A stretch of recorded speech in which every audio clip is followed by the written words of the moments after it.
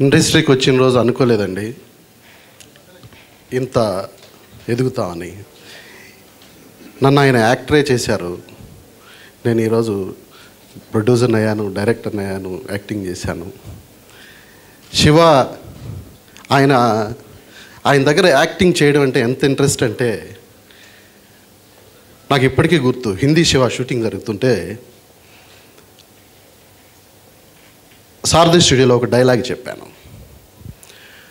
ప్రకాష్కే ముహూర్త డర్ గయే అని అన్నాను. షార్ట్ అయిపోయాక ఒకసారి లోపలికి రా అన్నాడు రూమ్లోకి.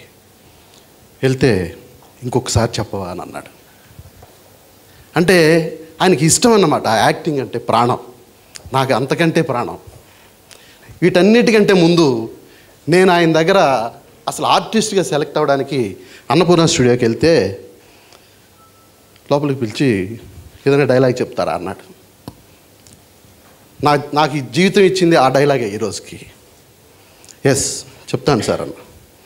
ఒకసారి ఇలా కూర్చొని చెప్పచ్చా అండి అన్న. ఆయన తర్వాత చెప్పాడు. అయిన తర్వాత కొంత 100 మందిని ఇంటర్వ్యూ చేస్తే నువ్వు ఒక్కడే కూర్చొని చెప్తా అన్నావు, ఫస్ట్ ఇంప్రెషన్ అక్కడే పడింది అన్నాడు. ఆ రోజు నేను చెప్పింది ఒక్కసారి చెప్తా. మనుషులు వస్తున్నారు జాగ్రత్తలో భరణి గారికి బాగా తెలుసు. ఎస్ఏ రైటింగ్లో ఫస్ట్ ప్రైజ్, కాలేజీలో ఫస్ట్ ప్రైజ్, స్పోర్ట్స్లో first prize, first prize first prize first prize. తగలబెట్టారా? ఇవన్నీ తగలబెట్టాయి. రై ఇంత కష్టపడి సంపాదించుకున్న సర్టిఫికేట్స్ అలా తగలబడిపోతుంటే నీకు బాధగా లేదురా? బాధ ఎందుకురా బాధ? ఆ మంటలు చూడరా, ఎర్రటి ఆ మంటలు నాలుగులు చాచి ఎలా వికృతంగా నాట్యం చేస్తున్నాయి చూడు. అమ్మ చచ్చిపోయినప్పుడు కూడా ఇవే మంటలు రా. అమ్మ చిన్నప్పుడు నేను బడికి వెళ్ళేటప్పుడు వీధి మలుపు తిరిగే వరకు నేను చూస్తూ టాటా చెప్పే అమ్మ,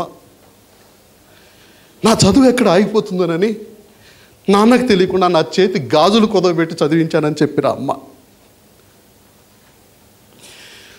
అలాంటి మా వాడో పెద్ద ఆఫీసర్ అయిపోతాడమ్మా అని మా వీధంతా చెప్పుకున్న అమ్మ.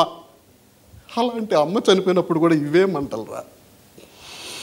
ఈ మంటలు నేను చేయలేవురా, కాల్చే ఇదే చెప్పానండి.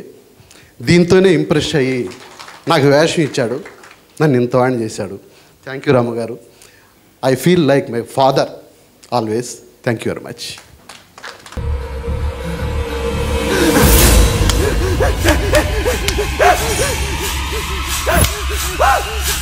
Yeah!